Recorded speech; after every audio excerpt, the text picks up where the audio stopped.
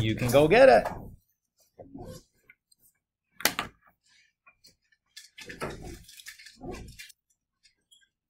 Let's see.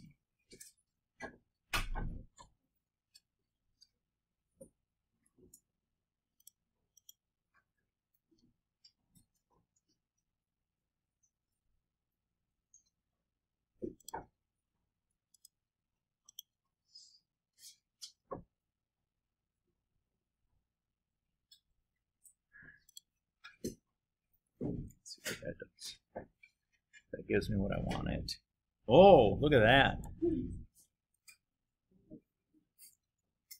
That's interesting.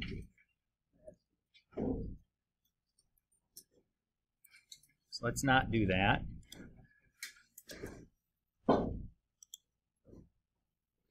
Maybe we'll try that. Did anybody have any questions from the homework? Okay. Claire? Okay. Can you explain what an interval notation is again? Sure. So when we talk about an interval notation, if we have, say, the inequality like 3 is less than or equal to x, which is less than 5, we can translate that into an interval notation. So the lower bound for the interval and the upper bound is the same as it would be for the inequality. If we have a parenthesis, or I'm sorry, if we have a less than or equal to or a greater than or equal to symbol, we use a bracket in our interval. And if it's a strict less than or a strict greater than symbol, we use a parenthesis. So I think the easiest way to do it is just talk about it as like a translation from an inequality to the interval. And in general, in mathematics, we prefer to use this notation just because it's less symbols. And that's kind of our thing in mathematics is we like to try to write something using the least amount of symbols as possible. It gets a little irritating at times, I know, that we have all these different notations and they keep on changing and getting shorter and shorter. But that's just kind of the convention inside of the subject. I don't know what to tell you. Is that, you feel good about that though, Claire? Okay, that's enough? Okay. Maddie? For the graph, like 5 to 7, there's no Right. So you're free to do your best to like estimate what the point would be if you need it. So like if you said this is like 0, -1, if you write that in and use that, that's fine. So just estimate if there's a point that you need to do the domain and range, which there probably will be case times when you need to like estimate something. That's fine. Just estimate it to the best of your ability and write down whatever your estimate is and use those numbers, and that's fine. Okay. On a homework assignment, it's not that big of a deal to me. You know, it's just like a chance for you guys to practice with some of this stuff. And if you have questions about things, surely please ask. And like that's a perfectly reasonable question, but like how accurate do I need to be on this? Like you didn't give us the exact points like we did maybe in the homeworks, or I'm sorry, in the examples in the notes. And here, because we gave you an XY axis with a grid on there, you can reasonably estimate some things, and I'm good with whatever your estimate is. Sure. So that's all the relation. So this relation has two parts. It has the V and the circle. So they're both part of the same set of ordered pairs. To be a function, okay. Right? So obviously in this case, it's you do it the same way. Okay. It doesn't change whether it's a function or not. The domain and the range is still an attribute for relations and for functions, and we can approach them both the same way. It does not need to change. Does that feel okay? Uh-huh.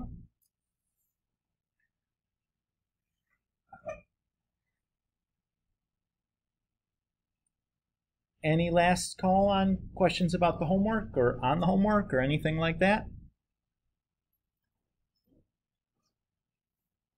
Okay, fair enough. That's fine. No big deal.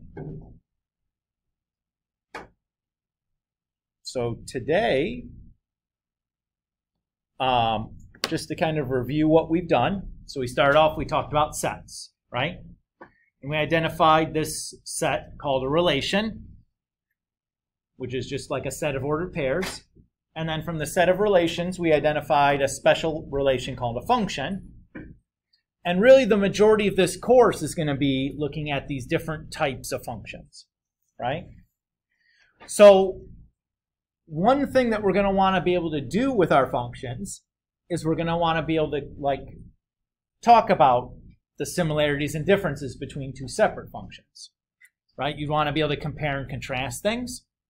You know, like if you have define what a dog is, you want to talk about like brown dogs or big dogs or little dogs, and you want some like a vocabulary of adjectives that you can use to kind of describe similarities and differences between that type.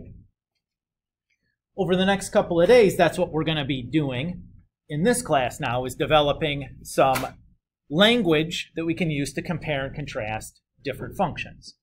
Okay with that plan?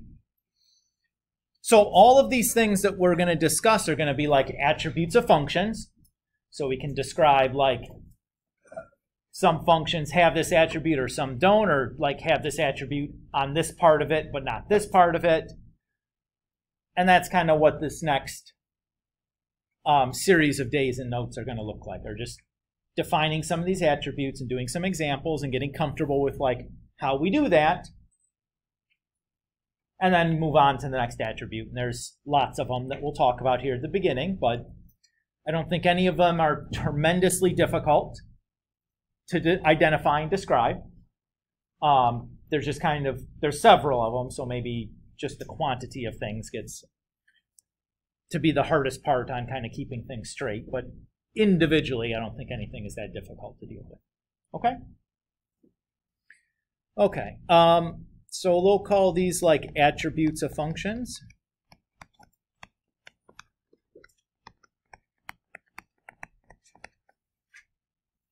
And depending on how today goes, we might do,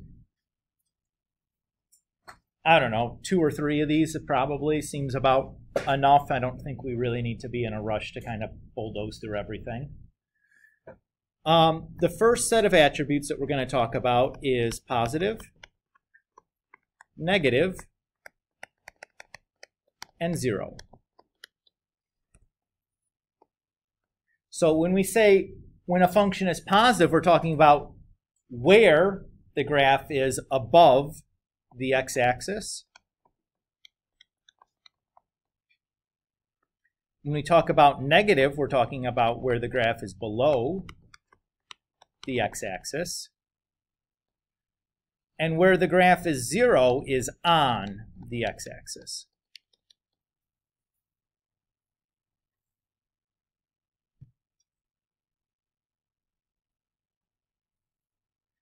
And whenever we ask, or whenever we have one of these attributes that's saying where the graph, yada, yada, yada, when we talk about wheres, we're always talking about the x-coordinates. So we're describing over what x-coordinates is the graph above or below or on the x-axis. And the reason we focus on the x-coordinate here is the x is our independent variable, right? With a function, if you give me an x, I can supply you a y, and that's how the function is kind of set up, that the y's depend on the x's. So if we're describing the wheres, we're always describing with an x what the y is doing. Is that okay? So let's just dive in and do a couple of examples, because this is largely just something we're going to do visually. Okay?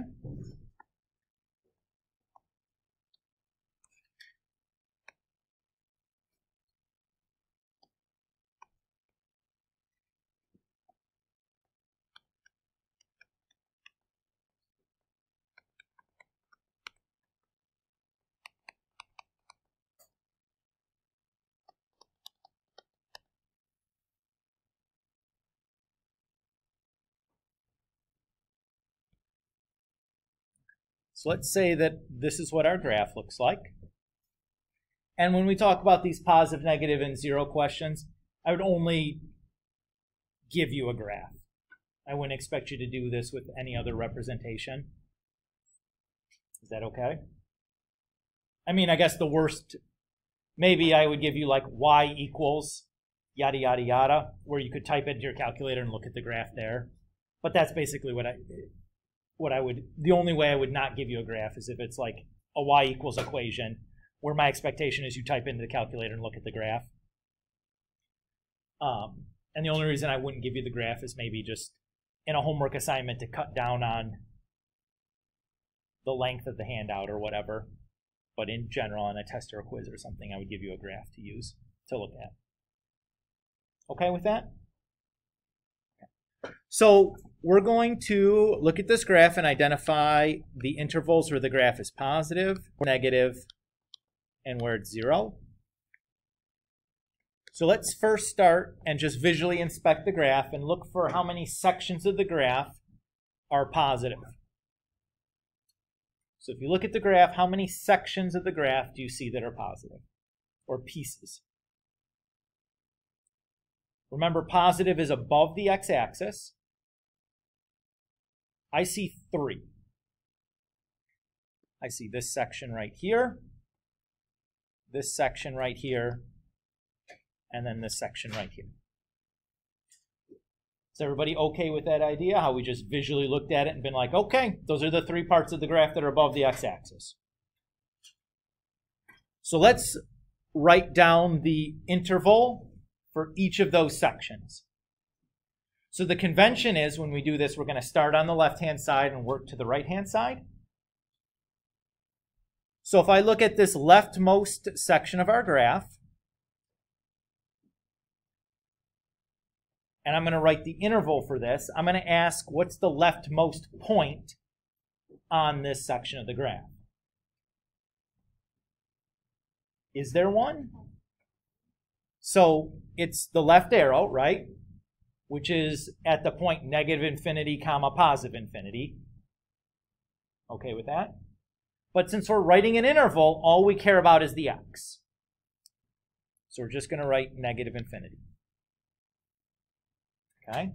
So again, when we're describing a where, like these intervals are describing wheres, we only care about the x's. We don't care about the y's. Okay? Now, we know that when we write intervals that always the infinities get a parenthesis rather than a bracket, because the infinity is not a real number, or not an actual number, I should say, not to confuse with the set of real numbers. It's not an actual number that x can have, right? Okay. Now, looking at that same section of the graph, what's the rightmost point? -3, 0, right? Everybody agree with that? So I only care about the x-coordinate, which is -3. Now, -3 is a number that the x-coordinate could be. What I need to ask myself is the point -3, 0, is that above the x-axis? No, right? So should -3 be included with the positives? No, so I should use a parenthesis to indicate that -3 is not part of the set of positives, or is not the positive part of the graph. Everybody okay there? Okay, now I'm going to move on to the next section. So the symbol I use to connect my intervals is that union symbol. The next section of the graph begins at what point? -1, 0. But this is an interval, so all I care about is the x-axis, or the x-coordinate, so I write the -1. And it ends at what point?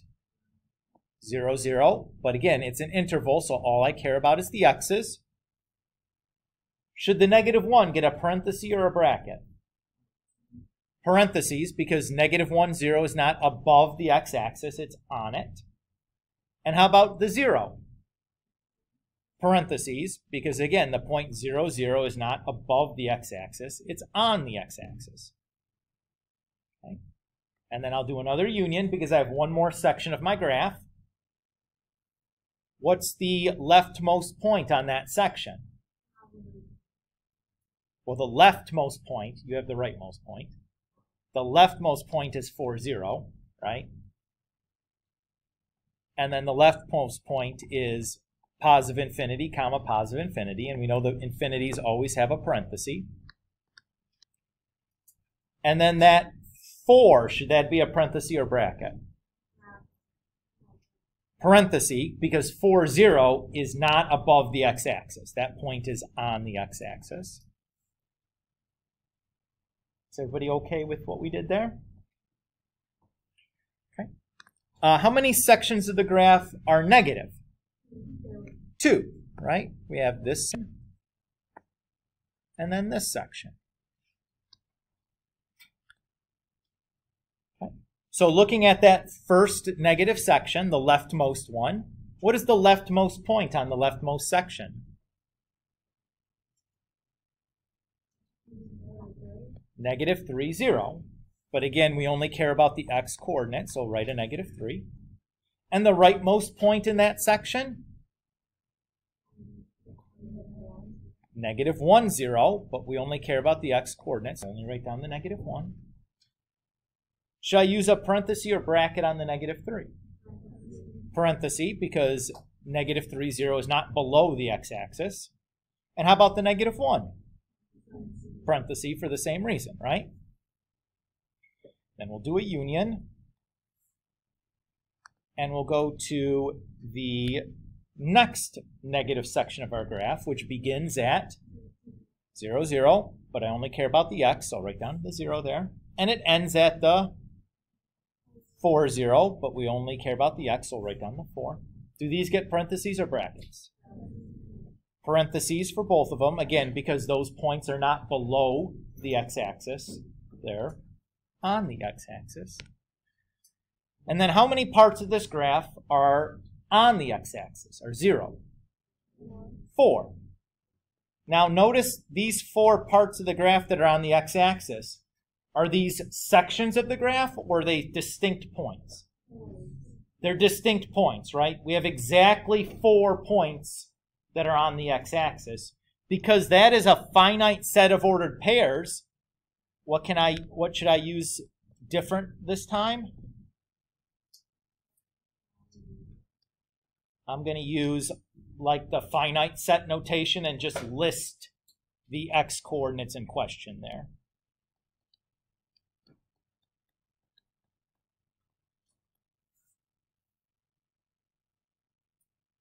All the other sections of the graph were like a connected arc or segment. So those all had infinitely many points, so I had to use a different set notation to describe those parts of the graph than I do for the zeros, because there's exactly 4 points that were on the x-axis.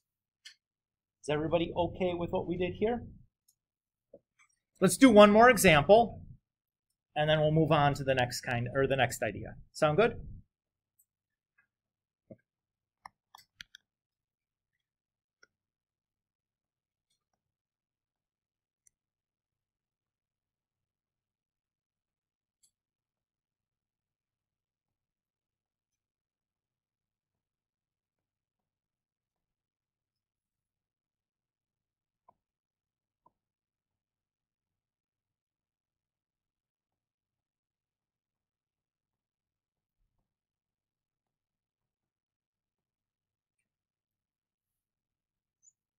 And we got to put some labels in here. This is always the worst part, right? Oops.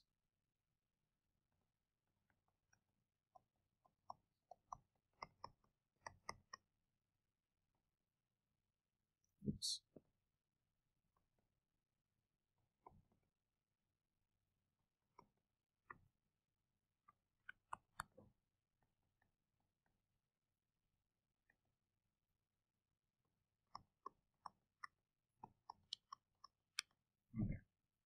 I think those are all the points that I needed. I labeled everything I put in.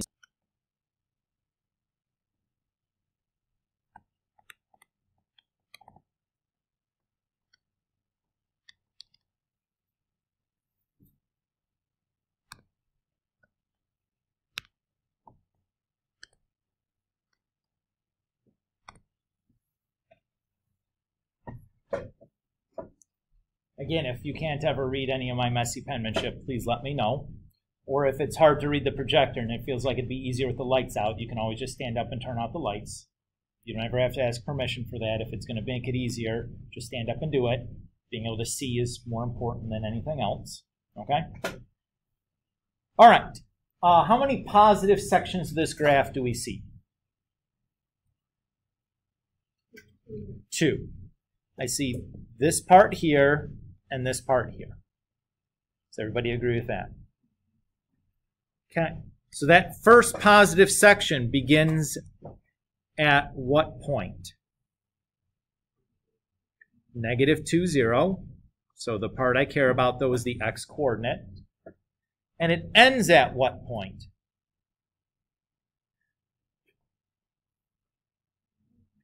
-1.51. But I only care about the x-coordinate. The point -2, 0, is that above the x-axis? No, so it should get a parenthesis. The point -1.5 is above the x-axis, but what? It's not included because it's an open circle instead of a filled-in point. So here I should still get a parenthesis. Even though that point is above the x-axis, the fact that it's an open circle means that that point is not included. Is everybody okay there? Okay. And then I'll do my union. And then the next positive section begins at what point?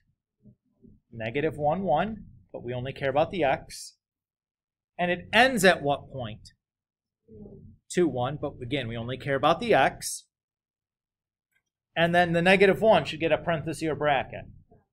Bracket, good, because that point is above the x-axis, and that point is included. And 2, 1 should also get a bracket. Good.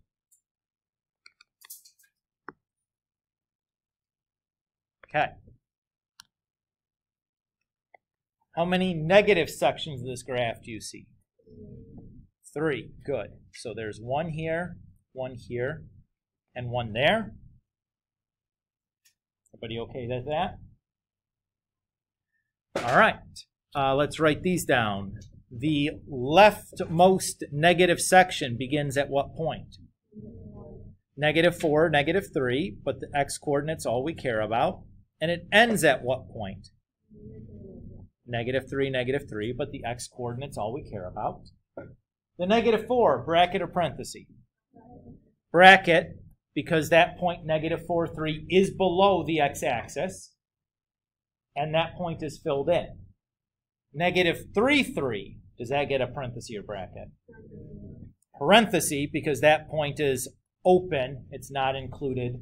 Even though it's below the x-axis, the open circle kind of supersedes its location. Everybody's okay with that? Okay. Then we do our union, and we go to the next section of our graph, which begins at -3, -1. And it ends at -2, 0. Okay? The -3, bracket or parenthesis? Bracket. The -2, parenthesis. Very good. And then we'll do another union. And we'll write our last section. The last section begins with 2, and it ends with 3. Everybody's okay there? The 2 should have a bracket, and the 3 should have parentheses. Now, some of you might note there's a simpler way to write this, which I think is probably what Joe's going to ask. No? Okay, go ahead and ask your question then, Joe. So where's -3 and -2? Where's the -2 coming from? No, -3. So this interval is from this to this. -3 and 1. That's supposed to be -3. That's just probably my bad penmanship. Nope. Okay. What do you notice about this piece here now? That's my question. Is there a simpler way to write that?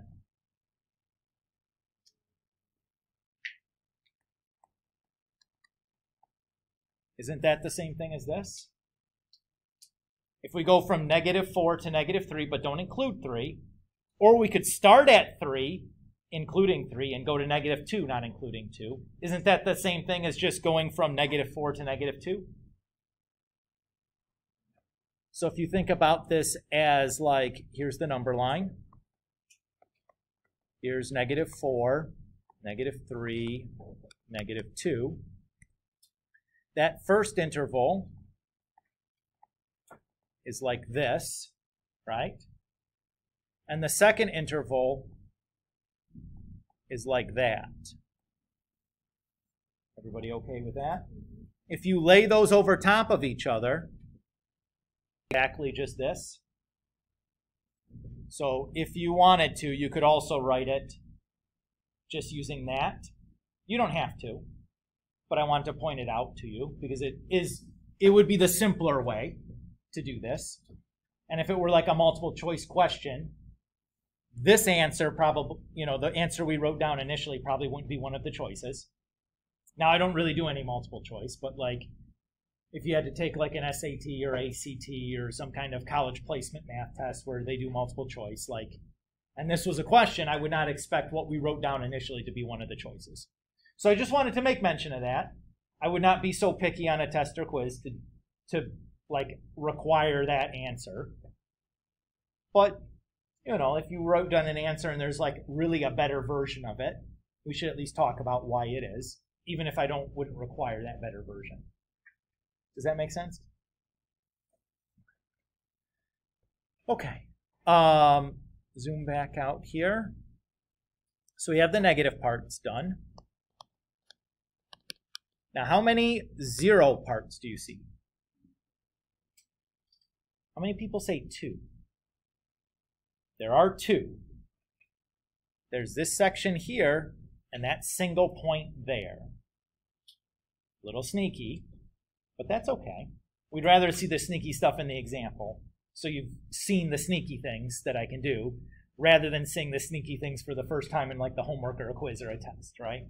Like, let's be sneaky now, so it's less sneaky later. Okay. So that first 0 section is a singleton point, right? So I'm just going to write that as a set.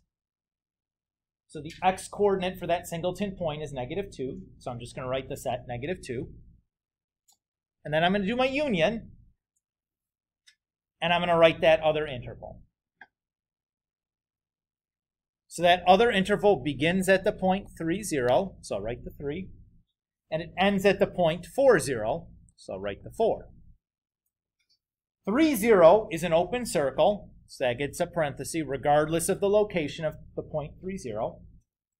4, 0 is a filled in point that's on the x-axis. So that is included with the 0 set. And this is probably harder than anything I would ask you to be able to do on a quiz or a test. There's some sneaky things involved here. The first one, I think, is absolutely fair game, like that kind of level of difficulty, quiz or test. This one where we have all these like brackets and parentheses and like, oh, it's, like that point's below there, but it's not included. Some of those things are like having that many of those things going on and like the separate 0 point hanging out there, like, I would do perhaps one of those weird cases in a problem, not like all of these different weird cases in a problem on a quiz or test. That's a lot of things going on there. Joe, you had a hand? Yeah, so like the 0 thing. Yes. It's F3 Yes. Why is 4 F3? Because the point 4, 0 is on the x-axis. Right? Yeah. And that's what we define the 0 set as, the things that are on the x-axis. So because 4 is an ordered pair that lies on the x-axis, we need to include that in the 0 set. That's why it has the bracket. As opposed to the 3, which is an open circle, which means it's not included, even though that location is on the x-axis. Does that feel okay? Okay. Everybody okay with this idea of positive, negative, 0? Again, it's not hard. There's not a lot of calculation involved, but it takes a minute to kind of get this straight, the notation that we're using to write things down, right? But we did a couple, I think, pretty good examples there of like all the weird things that I could possibly cook up.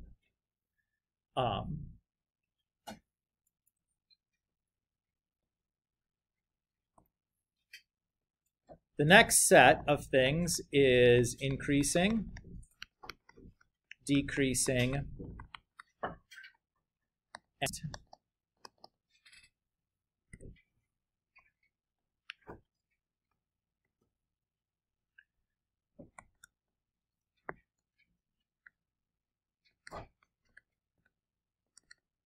and I should probably put a, because we don't really mean slope.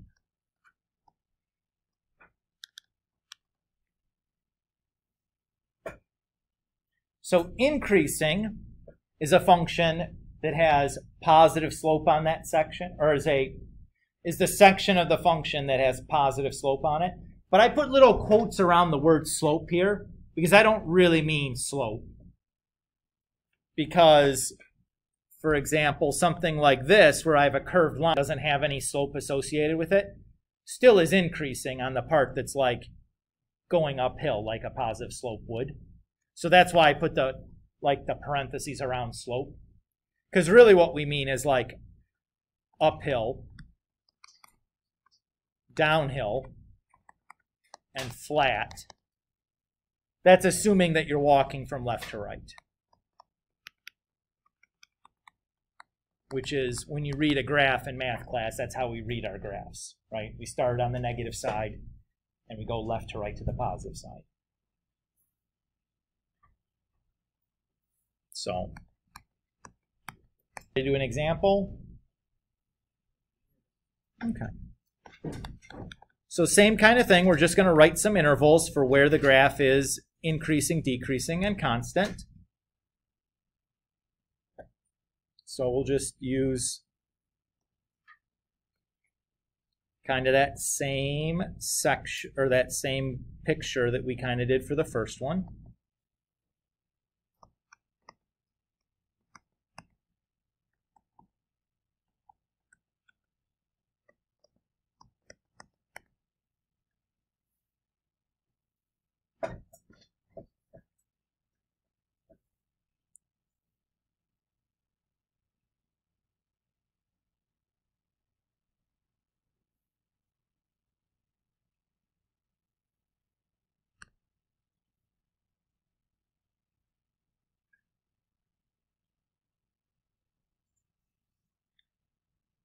Okay, so if we look at the graph here, how many increasing sections do we see?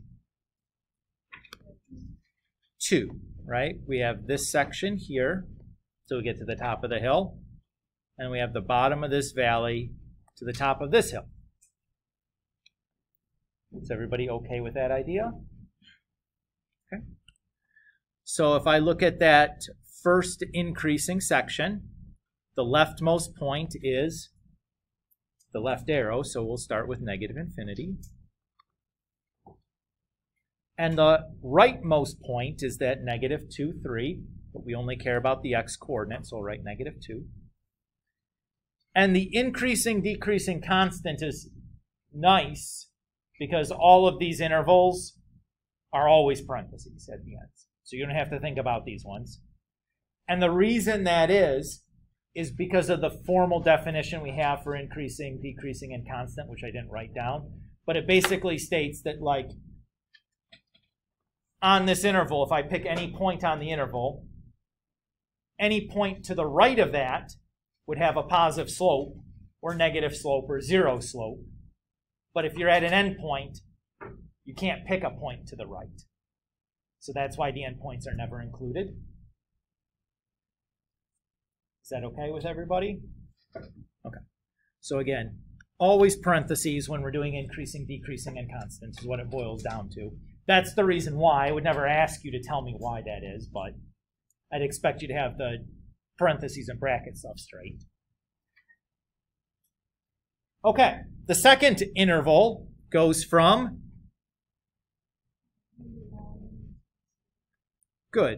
-1 to 2. And again, always get a parenthesis. Decreasing. I see 2 sections of that.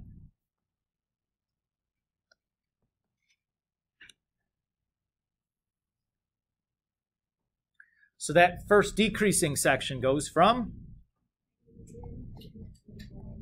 -2 to -1, and the next decreasing section goes from, well, it's positive infinity because this is the arrow that's pointing to the right. Remember, even though it's going down, the down part tells us about the y coordinate, which we don't care about. Right? If I were to draw the ordered pair here, it would be like something like this. So it's easy to get confused on the up and down arrows and getting the wrong sign on the infinity. Remember, we're just concerned about the left and rightness. Everybody feel okay there? Okay. And then for us, we're going to define constant here to be nothing, because we're not going to define a single point as being able to be increasing, decreasing, or constant. If you take a calculus course, we'll define like these sections to actually have 0 slope at these points. Because if you draw a tangent line to the graph, that tangent line is a flat line that has 0 slope there. You don't need to know that now. I'm just mentioning it for, future case. So like when your calculus teacher some years later starts talking about this, be like, oh, Mr. Kulik mentioned it that one day, because of course I have perfect recall and can recall everything that happened in a class, even if it would happen multiple years ago. But maybe somebody does. I don't know. I never end up, or I'm always surprised by what students remember or don't remember from class. So I don't want to make any assumptions about what you might or might not remember. Okay.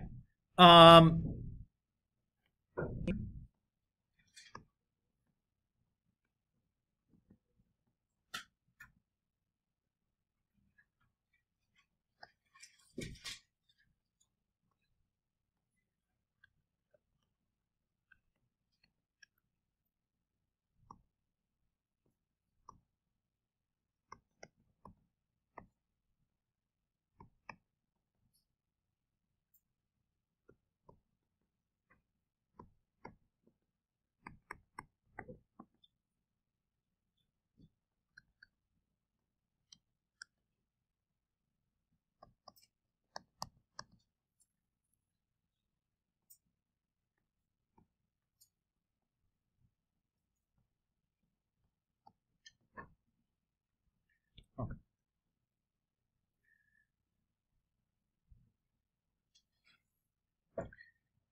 How many increasing sections do we see here? 2, that's what I see. So I see this section here, and then this section here. Everybody agree? Okay. So that first increasing section begins at -5, and it ends with -3. And again, always get parentheses here. Then we'll do a union. Our second section begins at 4, good, and it ends at 5. And again, both parentheses.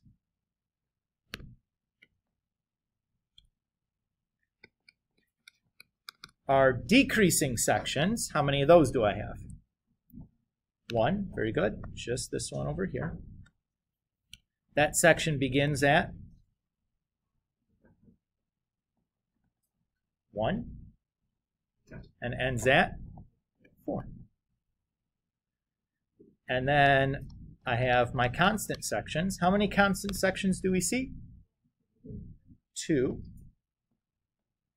That constant section begins at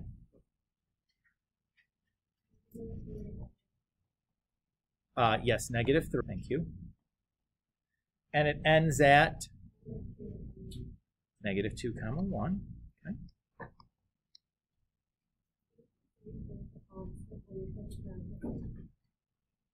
Yes. Yeah. All increasing, decreasing constant always have parentheses. Everybody okay there? All right. And then we go, the second section begins at -2 and ends at +1, right?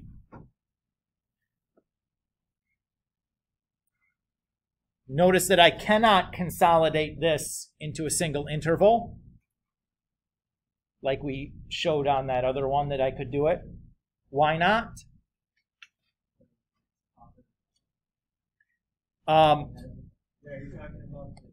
Yeah. It's because I have this jump, right, from the definition of 0 of constant, like if I pick a point over here and I pick a point over there, they don't have 0 slope, right? So they should not be in the same interval of constant. Does that make sense? I have to pick something from this interval, or 2 things from this interval, and then 2 things from that interval, but not 2 things from either interval. Won't give me 0 slope. Everybody okay with that idea? Okay. So again, like little subtle stuff, but I figure these examples where some weird stuff can kind of happen and maybe it's ambiguous about what to do are the good ones to do, and we can talk about in class, and we can ask these questions of like, can I do this or not? Why or why not? You can think about it for a minute, and we can talk about like why the reason is. Joe? So is there like a certain name for doing that? Like how we were just talking about it. So if I have something like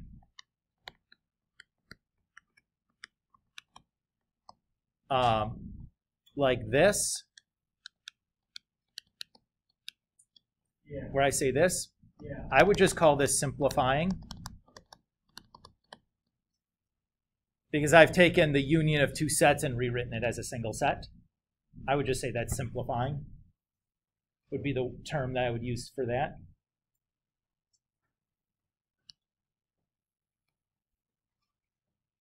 That's what you're asking, just what the piece of vocabulary.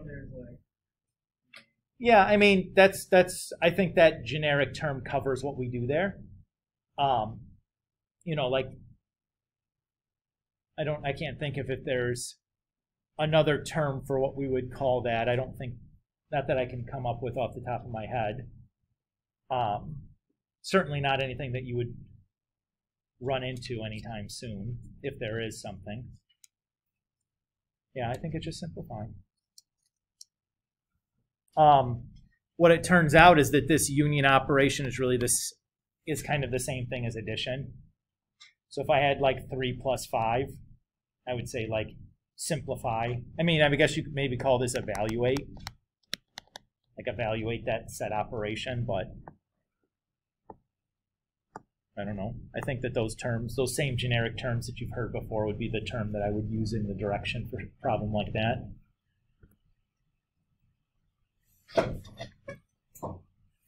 Okay, so we've done increasing or positive, negative, 0, increasing, decreasing, constant.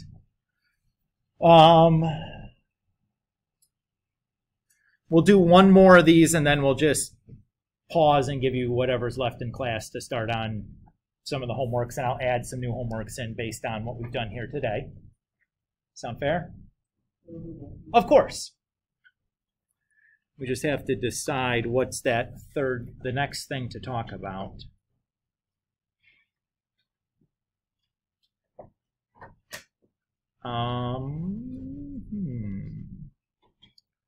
Which one do I want to do next?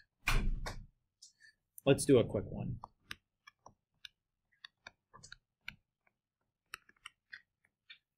Let's do end behavior.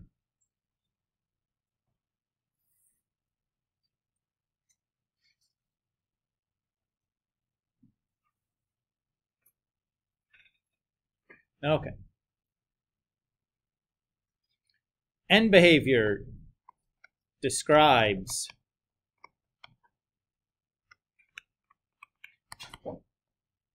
what the arrows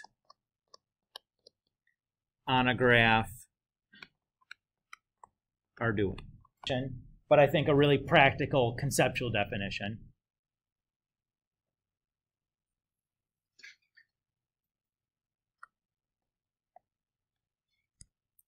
So let's just say I have A linear function, something that we're all really familiar with. How many arrows do I have on this graph? I have 2. I have an arrow at the left end and an arrow at the right end. So the symbol that we're going to use to describe the left end is going to be x approaching negative infinity. Because like we had said before, the point over here is kind of like negative infinity comma positive infinity, right? So what's happening to the x? It's going to negative infinity at that end. And then what is that left arrow doing? It's pointing down, right? So well, how do we describe pointing down? We say x approaches. I don't know, guys, how come you didn't stop me and yell about that? That should be negative infinity comma negative infinity, right? If I'm in the third quadrant. Yeah, if I do something like that, just please start yelling bloody murder. Be like, whoa, whoa, whoa, whoa, wait. Don't let me confuse everybody else moving on. If you notice it, please. And even if you're wrong, like I'm not gonna be mad about being wrong. Like, because if you have a question about it, someone else surely has a question about it, and it needs to stop and clarify, even if it wasn't a mistake what I wrote. Which in this case it clearly was. Okay? So again, interrupt if you see something that's wrong. Don't be polite. It's much easier on everyone else if we don't spend 10 minutes talking after a mistake and then go back. Wasn't that supposed to be, you know? So if you see it, help me out. So points down is, again, negative infinity, right? So when we talk about the end behavior, that's an example of an end behavior. So you describe what the left end is doing. So it always starts as x approaches, and then what the y is doing, whether the arrow is going kind of down or going up. Everybody's okay there? But there's another on the right end.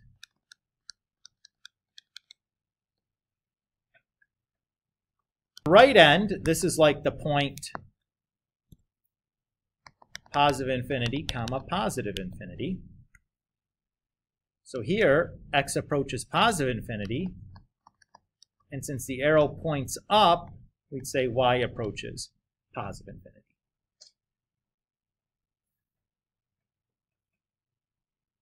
Is everybody okay with that example? And that's the simplest kind of end behavior, but this is all you're doing with end behavior. You're just describing what the arrows are doing, and you're using this x or y approaches a value notation to do that. Let's do a more complicated example where some weird stuff happens. Sound okay to you guys? We'll do 1 or 2 of these and then I'm done, okay? So we're just going to do 1 or 2 more examples and then I'm going to be done.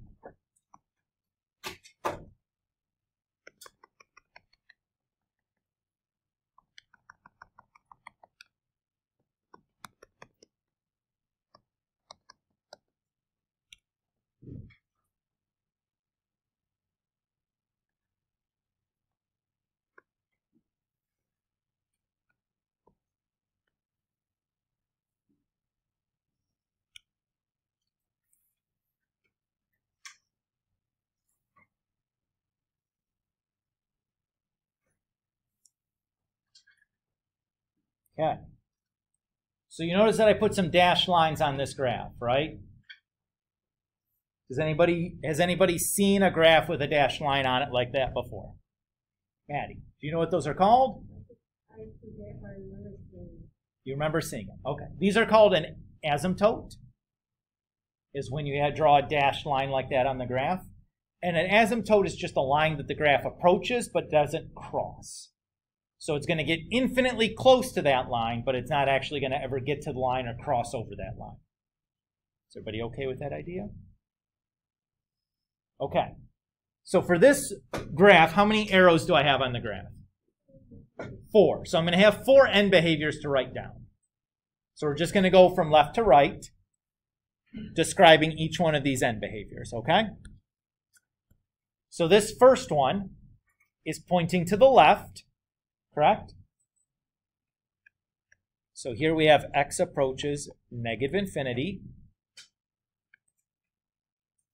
And what y value is that arrow going towards? 1, because that's where the horizontal asymptote is. It's going to get really close to that, but it's never going to go above it. It's never going to cross it. It's just going to get closer and closer and closer and closer to it. Is everybody okay with that idea? Okay. So we'll do. Let's look at this arrow next. What value of x is that arrow approaching?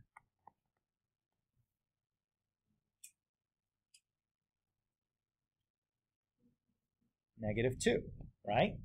That arrow isn't going forever to the left or to the right. It's blocked by that asymptote. So x approaches -2. And then what's the y doing then? Negative infinity, because that arrow is pointing down. Excellent.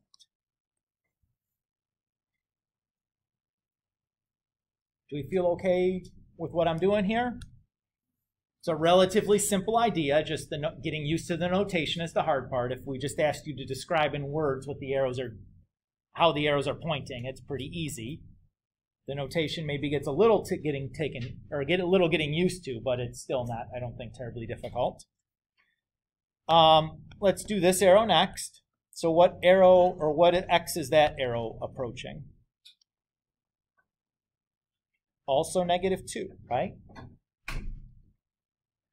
And what's the y doing then? Positive infinity. Oops. Good. And then the last arrow here, what's the x approaching there? Positive infinity. And the y goes to 1. Better.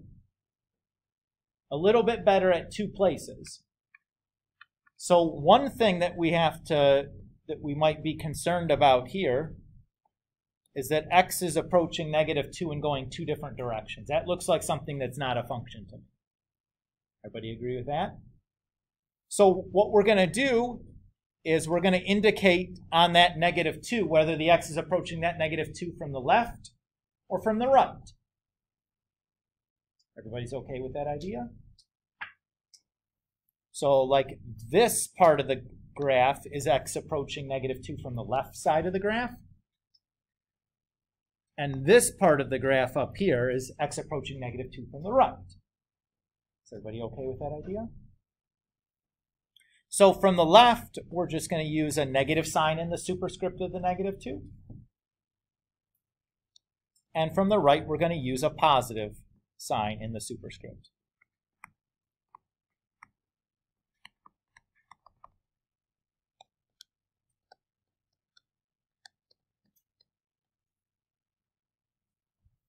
Everybody okay with that idea? We can do the same thing with the 1s on the y-coordinate. We can indicate whether it's approaching that y from above or from below. So if we look at this end, we're approaching 1 from below. So we'll use the negative. And the other part, we're approaching it from above, so we'll use a positive sign in the superscript. Everybody feel okay there? Do we need to see any more examples of things, or are you guys happy? We're happy? Okay. Well, we'll end here. I'm going to upload the next assignments here both, I'm going to attach them to the PowerSchool assignments that I've already made, and I'll put them in the content library on OneNote here. I just have to check to make sure that everything is finished.